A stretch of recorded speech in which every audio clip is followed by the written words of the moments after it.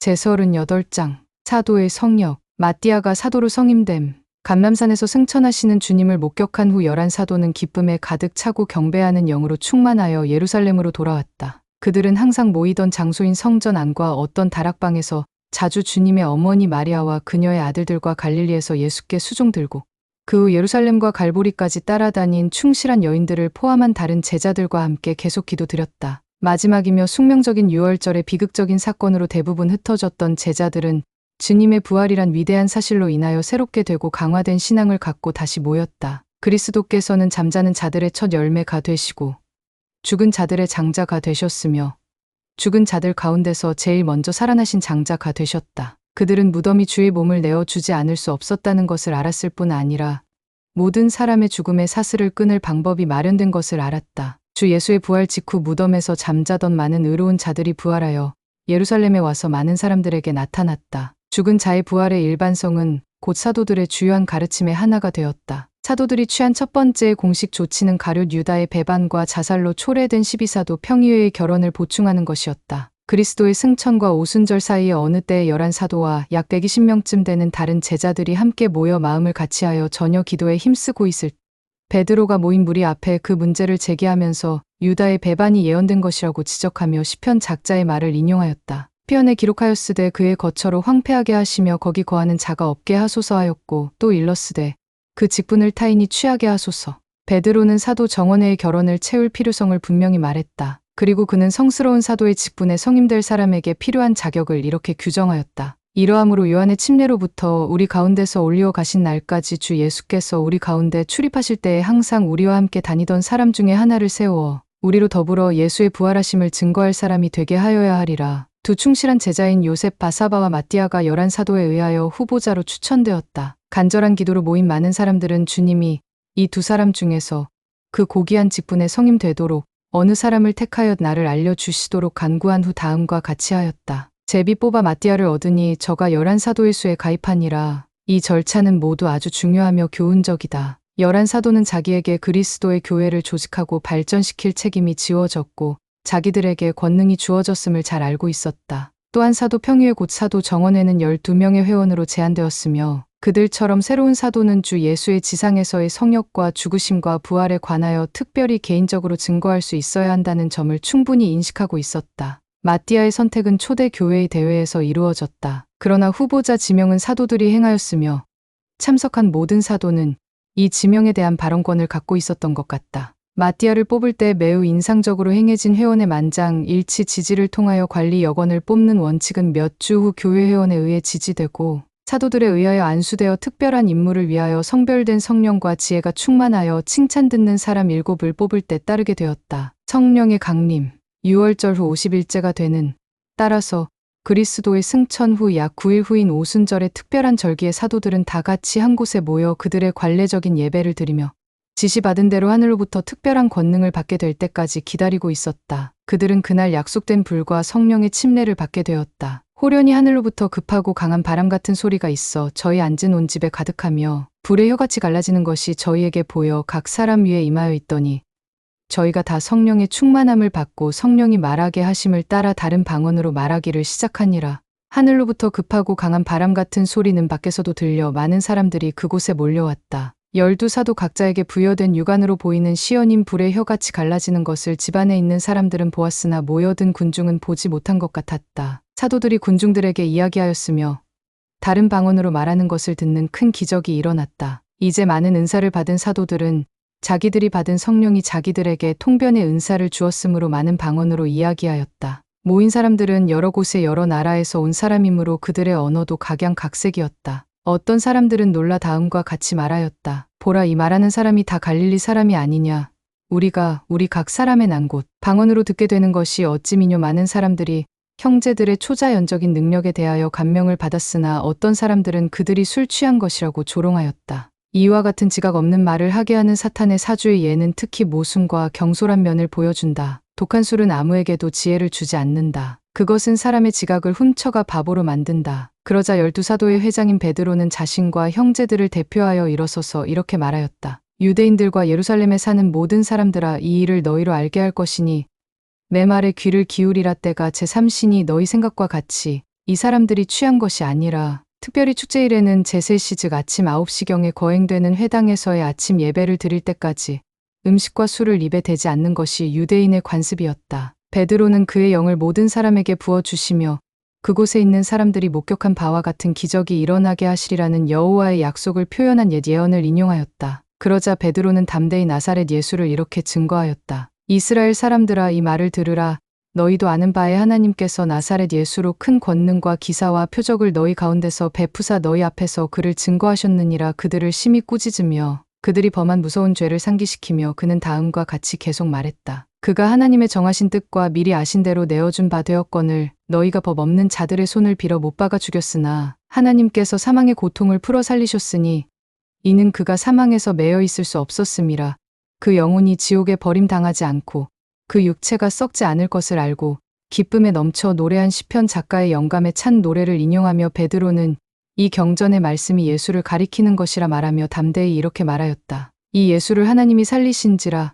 우리가 다 이 일의 증인이로다. 하나님이 오른손으로 예수를 높이심에 그가 약속하신 성령을 아버지께 받아서 너희 보고 듣는 이것을 부어주셨느니라. 조소나 폭력을 겁내지 않으며 더욱 열기를 가하며 또 그들의 무서운 범죄 사실을 들어 청중의 마음을 찌르며 베드로는 천둥 같은 목소리로 다음과 같이 말했다. 그런즉 이스라엘 온 집이 정녕 알지니 너희가 십자가에 못 박은 이 예수를 하나님이 주와 그리스도가 되게 하셨느니라. 아무도 성령의 권세에 저항할 수 없었다. 모든 진실한 사람에게 성령은 확신을 갖게 주었다. 이 말을 들은 사람들은 마음이 찔려 회개하며 사도들에게 형제들아, 우리가 어찌할꼬라고 소리쳤다. 그들이 구원의 말씀을 들을 준비를 갖추었으므로 베드로는 다음과 같이 대답했다. 너희가 회개하여 각각 예수 그리스도의 이름으로 침례를 받고 죄사함을 얻으라. 그리하면 성령을 선물로 받으리니 이 약속은 너희와 너희 자녀와 모든 먼데 사람 곧 주 우리 하나님이 얼마든지 부르시는 자들에게 하신 것이라. 사도들의 간증에 대하여 사람들은 신앙을 고백하고 회개하는 반응을 보였다. 그들의 기쁨은 육체를 떠난 그리스도께서 전해주신 구속과 구원의 말씀을 들은 옥에 갇힌 영들의 기쁨에 견줄만 했다. 이 잊혀지지 않을 오순절에 회개하고 그리스도를 믿는다고 고백한 사람들은 침례를 받고 입교하게 되었는데 그 수가 약 3,000이었다. 그들의 개심이 순수한 것이며 단순한 열성 때문이 아니란 점과 그들이 침례를 통하여 문자 그대로 새로운 삶으로 거듭난다는 것이 그들이 신앙을 갖고 견딘 것으로 증명되었다. 저희가 사도의 가르침을 받아 서로 교제하며 떡을 떼며 기도하기를 전혀 힘쓰니라.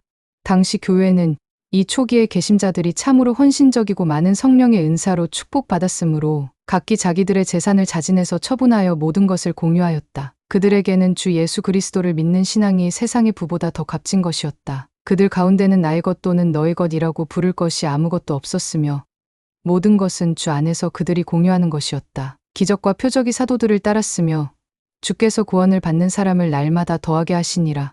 성령의 강림을 통하여 사도들은 변화된 사람이 되었다. 진리의 영으로 그들이 분명히 알게 된 바와 같이 경전은 그들이 특별히 성임된 증인이 된 사건을 준비하기 위한 기록으로 이루어진 것이다. 불과 몇 주 전에 여종 앞에서 움츠리던 베드로가 아무도 두려워하지 않고 공개적으로 말하였다. 한 번은 성전뜰로 들어가는 미문에 앉은 안진뱅이 거지를 보고 그 고통당하는 자의 손을 잡고 이렇게 말하였다. 은과 금은 내게 없거니와 내게 있는 것으로 내게 주노니 곧 나사렛 예수 그리스도의 이름으로 걸으라. 그 사람은 나았고 새로이 찾은 충만한 힘으로 뛰었다. 그 후 그는 하나님을 큰 목소리로 찬양하며 성전 안으로 베드로와 요한과 함께 들어갔다. 놀란 군중은 약 5,000명으로 늘어났으며 솔로몬 행각에서 사도들의 주위를 둘러쌌다. 그들의 놀람을 알아챈 베드로는 기적에 관한 모든 찬양을 유대인들이 죽이도록 넘긴 그리스도에게 돌리고 꾸짖으며 이렇게 선언하였다. 아브라함과 이삭과 야곱의 하나님 곧 우리 조상의 하나님이 그 종 예수를 영화롭게 하셨느니라.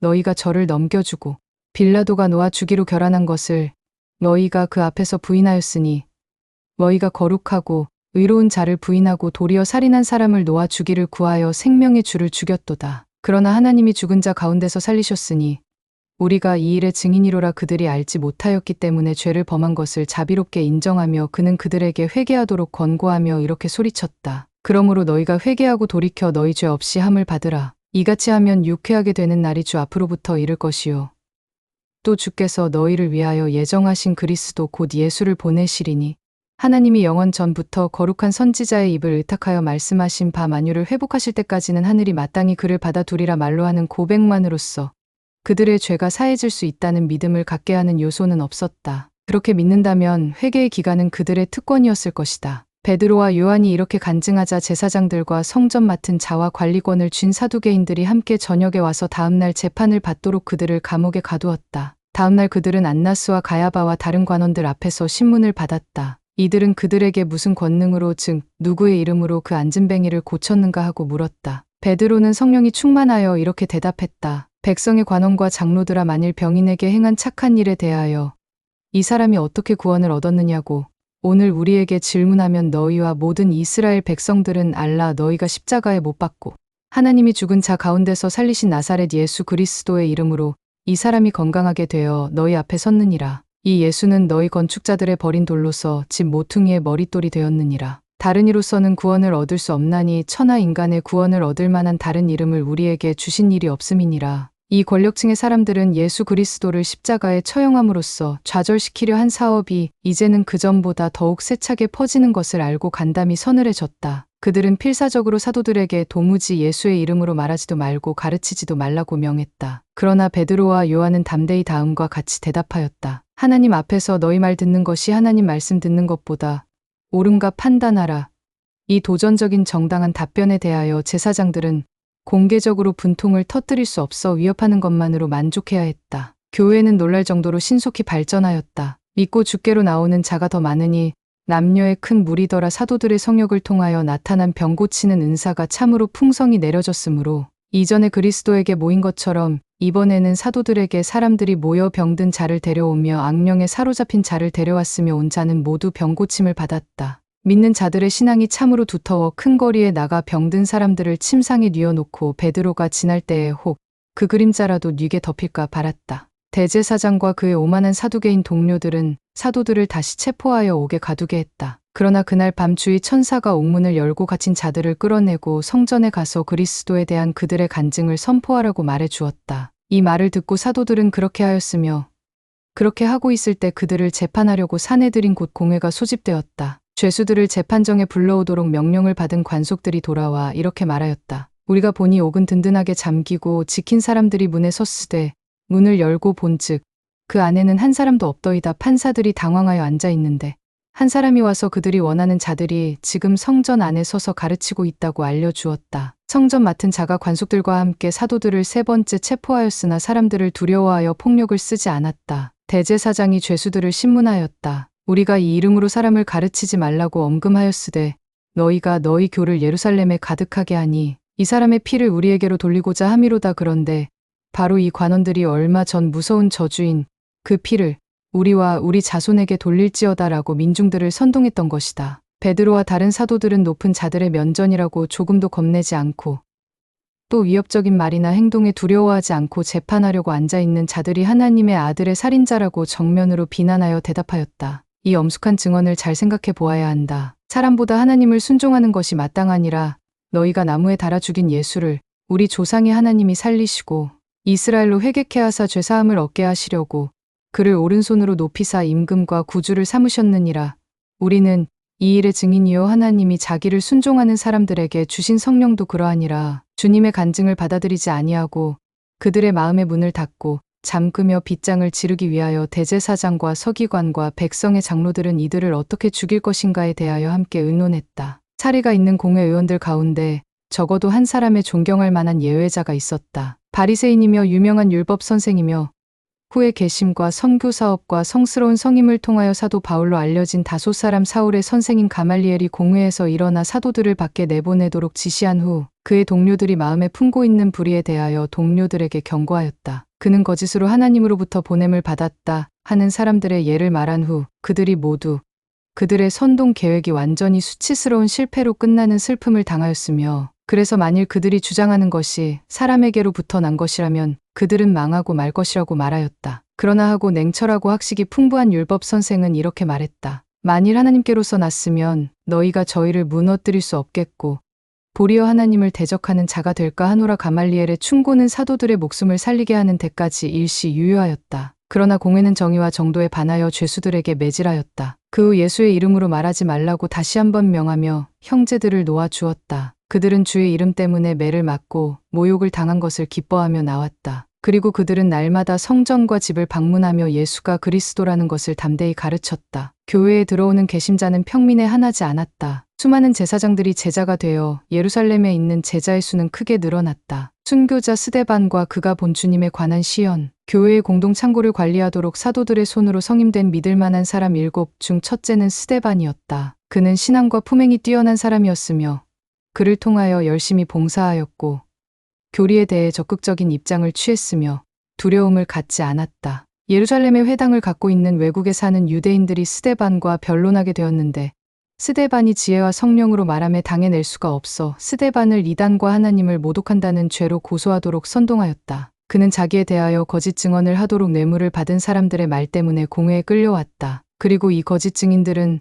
스데반이 모세와 및 하나님을 모독하는 말하는 것을 우리가 들었노라고 증언하였다. 이 위증자인 고소자들은 스데반이 성전과 불법을 거듭 모독하였으며 심지어 나사렛 예수가 성전을 헐고 모세가 전해준 규례를 고칠 것이라고 말했다는 증언을 하였다. 이 고소는 비록 그 형식에 있어 어떤 의미에서는 일부가 옳다고 하더라도 그 정신에 있어서나 사실에 있어서 터무니없는 거짓이었다. 왜냐하면 스데반의 성품과 행실에 관한 기록으로 판단하건대 그는 세계적인 종교의 원리로서 하나님의 말씀을 열심히 가르쳤으며 이 말씀을 통하여 성스러운 도시로서의 예루살렘의 유일성과 신성함, 그리고 속되게 되어 버린 성전 곧 여호와의 거처의 신성함이 없어졌다고 전파하였다. 또한 스데반은 모세의 율법이 메시아의 사명으로 성취된 것을 알고 있었던 것 같다. 사내들인 곧 공회, 의원들이 그를 쳐다보았을 때 그의 얼굴은 빛났고 그 얼굴이 천사의 얼굴과 같아 보였다. 이러한 고소에 대한 답으로서 스데반은 연설을 하였는데 살펴보면 즉흥적인 연설이었던 것 같다. 그러나 이 연설은 대단히 논리적이며 감명적인 것이었다. 그러나 이 연설은 심한 반박에 의하여 중단되었다. 스데반은 성약의 백성의 역사를 아브라함의 시대부터 더듬어 내려오며 성역을 베푼 족장과 모세와 선지자들을 예로 들며 효과적으로 요약하였다. 스데반은 모세가 한 선지자께서 오실 것을 예언하였는데 그분이 바로 그들의 조상들이 광야에서 또 전에는 장막에서 후에는 성전에서 경배 드린 여호와였음을 지적하였다. 그러나 스데반은 지극히 높으신 분은 사람의 손으로 만든 집에 계시지 않는다라고 말하고 인간이 만든 집이 아무리 화려한 것이라 해도 하늘은 나의 보좌요 땅은 나의 발등상이니라고 말씀하신 분에게는 보잘것없는 것에 불과하다고 분명히 말했다. 스데반의 연설은 해명이 아니었으며 더구나 자기 자신을 변호하기 위한 청원은 아니었다. 그것은 자신이 어떻게 되리라는 것에 대하여는 염두에 두지 않는 충실한 종이 하나님의 말씀과 목적을 선포하는 것이었다. 스데반은 강력히 규탄하며 자기를 심판하는 자들에게 말하였다. 목이 곧고 마음과 귀의 할례를 받지 못한 사람들아,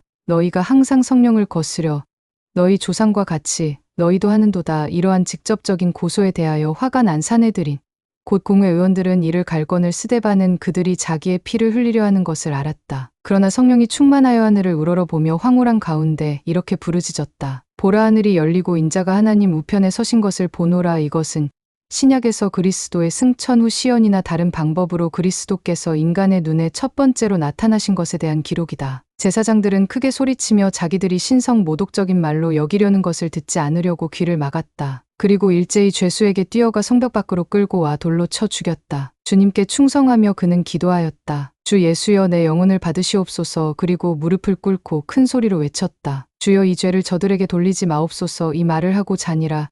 이렇게 부활하신 그리스도에 대한 간증 때문에 첫 번째 순교자가 죽었다. 그는 대제사장, 서기관, 백성의 장로들로 구성된 폭도들에 의하여 살해된 것이다. 그들은 스데반에 대한 합법적인 판결이 없었던 점이나 로마법을 범하는 행위에 대하여 전혀 개의치 않았던 것이다. 어떤 경건한 사람들이 갈기갈기 찢긴 시체를 무덤으로 메고 갔다. 모든 제자들은 크게 슬퍼하였다. 박해가 점점 심해졌고 교회 회원들은 여러 곳으로 흩어졌으며 그곳에서 그들은 복음을 전파하여 많은 사람을 주님께 이끌어왔다. 순교자 스데반의 피는 귀중한 것이었음이 증명되었으며 이 좋은 씨앗으로부터 많은 영혼을 거두게 되었다. 후에 사도 바울로 알려진 다소 사람 사울께 나타나신 그리스도. 논쟁에 지고 난 후 스데반에 대한 음모를 꾸며 죽게 한 논쟁자 가운데 길리기아로부터 온 유대인들이 있었다. 이들 중에 길리기아 다소에서 태어난 사울이란 젊은이가 있었다. 이 사람은 유능한 학자였으며 강한 변론가였으며 자신이 옳다고 생각하는 것에 대한 열렬한 옹호자였으며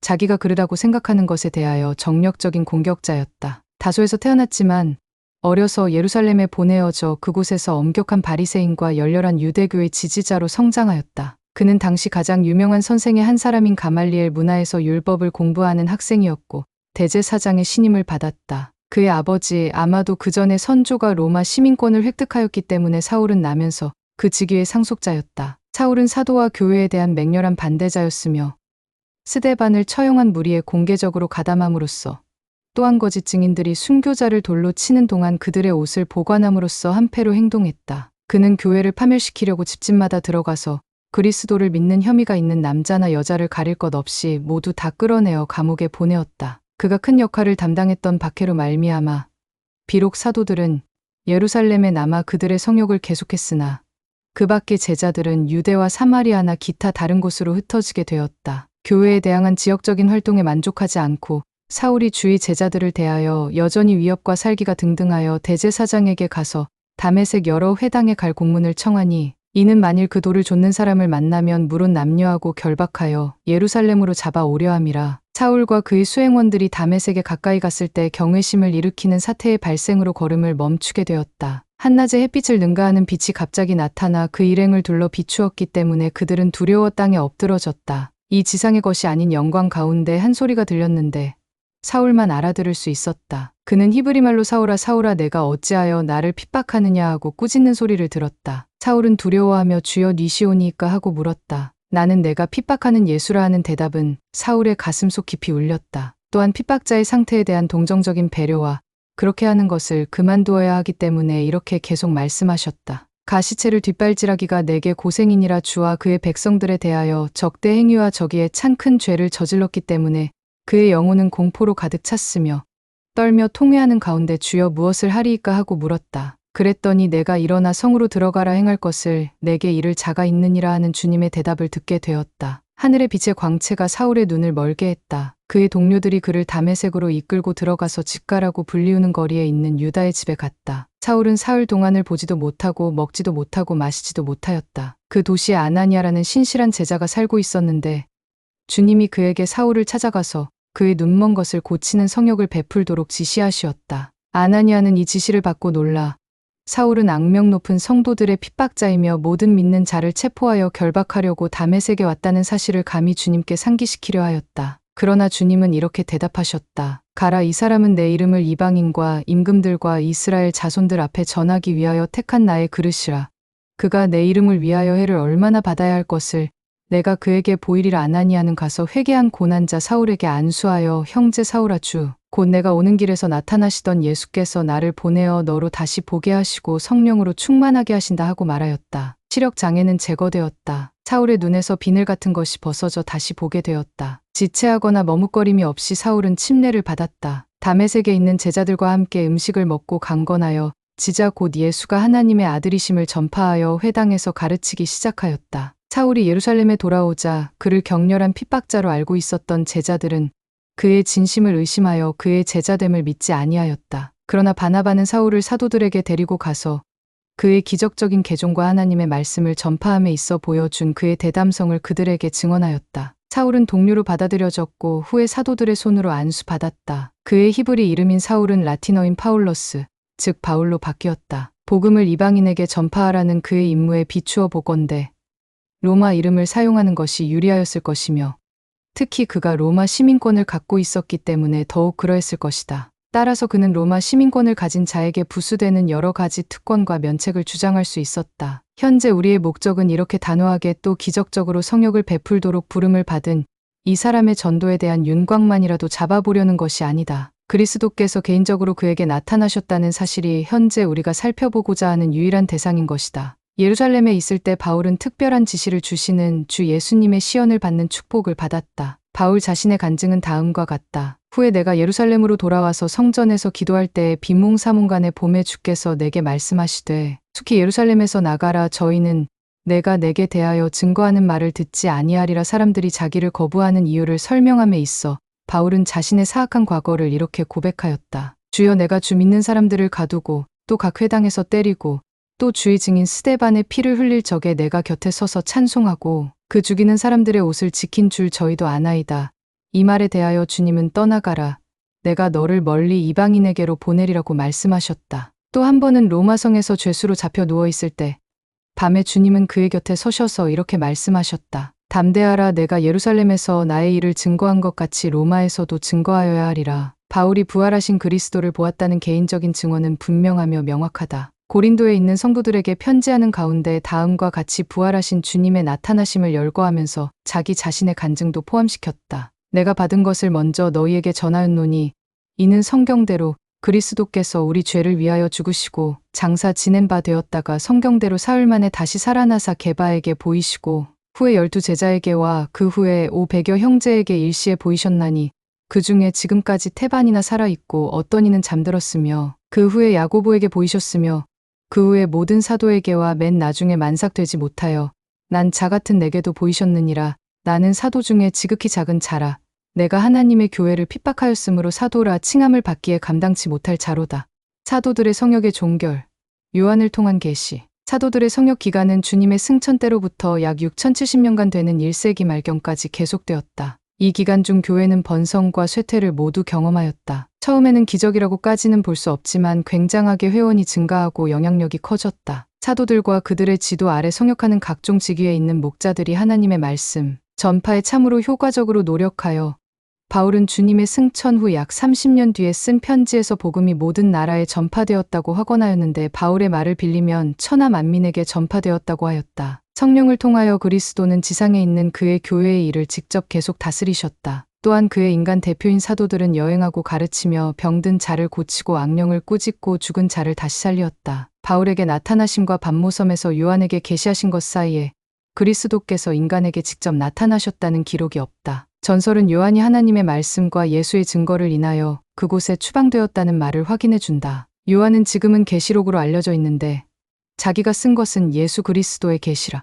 이는 하나님이 그에게 주사 반드시 속히 될 일을 그 종들에게 보이시려고 그 천사를 그 종 요한에게 보내어 지시하신 것이라고 증언하였다. 그 사도는 자기가 본대로 영화롭게 된 그리스도의 모습에 대한 생생한 묘사를 하고 있으며 주님의 말씀을 이렇게 기록하고 있다. 두려워 말라. 나는 처음이요 나중이니 곧 산자라. 내가 전에 죽었었노라. 볼지어다 이제 세세토록 살아있어 사망과 음부의 열쇠를 가졌노니. 요한은 당시 아시아에 있는 7 교회, 즉 그리스도 교회의 지부에 각각 필요에 따라 책망과 권고와 격려의 말을 쓰도록 명령을 받았다. 요한의 최후의 성역이 초대 교회에 있어서 사도의 성역의 종결을 알리는 것이다. 그의 동료 사도들은 모두 안식을 취하러 갔으며 대부분은 순교의 문을 통하여 그곳으로 들어갔다. 비록 주님이 영광 중에 재림하실 때까지 육신을 쓰고 머물도록 하는 특권을 받았으나 그는 교회에 알려진 또 받아들여진 목자로서 자신의 성역을 계속하지는 않았다. 많은 사도들이 살고 성역을 베풀 당시에도 배도의 씨앗은 교회의 뿌리를 내려 무성한 유독 잡초와 함께 자랐다. 이러한 상태는 구약의 선지자와 주 예수에 의하여 미리 예언되었다. 사도들도 또한 모두 그들에게 너무도 비탄스럽게 보이는 당시 진행되고 있는 배도의 성장을 분명한 예언의 말로 말하였다. 인간에게 주 예수의 직접 나타나심은 옛사도의 사라짐과 동시에 끝난 것 같이 보이며 때가 찬 경륜의 시대가 시작될 때까지 다시 나타나지 않았다.